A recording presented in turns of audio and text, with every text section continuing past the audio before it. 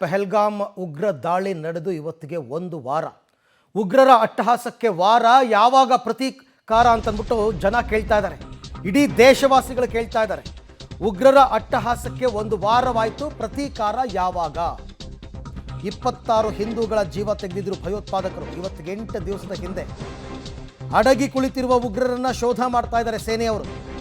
ಜಮ್ಮು ಕಾಶ್ಮೀರದ ಮೂಲೆ ಮೂಲೆಯಲ್ಲಿ ಆಪರೇಷನ್ ನಡೀತಾ ಇದೆ, ಕ್ಲೀನ್ ಕಾಶ್ಮೀರ ಅಂತಂದ್ಬಿಟ್ಟು.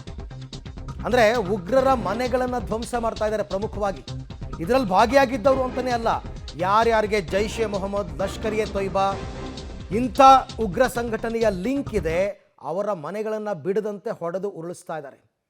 ಮತ್ತೊಂದು ಕಡೆ ಈ ಉಗ್ರ ದಾಳಿಯನ್ನು ನಡೆಸಿದ್ದು ಯಾರು, ಪ್ರಮುಖವಾಗಿ ಅವ್ರು ಎಲ್ಲಿ ಅಡಗಿ ಕೂತಿದ್ದಾರೆ, ಅವರನ್ನು ಇನ್ನೂ ಕೂಡ ಹೊಡೆಯೋಕ್ಕಾಗಿಲ್ವಲ್ಲ, ಇದು ಒಂದು ಕಡೆ. ಮತ್ತೊಂದು ಕಡೆ ರೆಕ್ಕೆ ಪುಕ್ಕ ಕಟ್ ಮಾಡುವಂತಹ ಕೆಲಸಗಳನ್ನ ಕೂಡ ನಮ್ಮ ಸೇನೆಯವರು ಮಾಡ್ತಾ ಇದ್ದಾರೆ. NIA ಅವರು ತನಿಖೆ ಮಾಡ್ತಾ ಇದ್ದಾರೆ. ಹಿಂದೊಮ್ಮೆ ಇವರೆಲ್ಲರೂ ಕೂಡ ಉಗ್ರರಾಗಿದ್ದರು, ಯಾವಾಗಲೂ ಮನೆ ಬಿಟ್ಟು ಹೊಟ್ಟೋಗಿದ್ದಾರೆ, ಅಪ್ಪ ಅಮ್ಮನ್ನೆಲ್ಲ ಬಿಟ್ಟು ಹೊಟ್ಟೋಗಿದ್ದಾರೆ, ಪಾಕಿಸ್ತಾನಕ್ಕೆ ಹೋಗಿದ್ದಾರೆ, ಟ್ರೈನಿಂಗ್ ತಗೊಂಡಿದ್ದಾರೆ, ಮತ್ತೆ ಟೆರರಿಸ್ಟ್ಗಳಾಗೇ ವಾಪಸ್ ಬಂದಿದ್ದಾರೆ.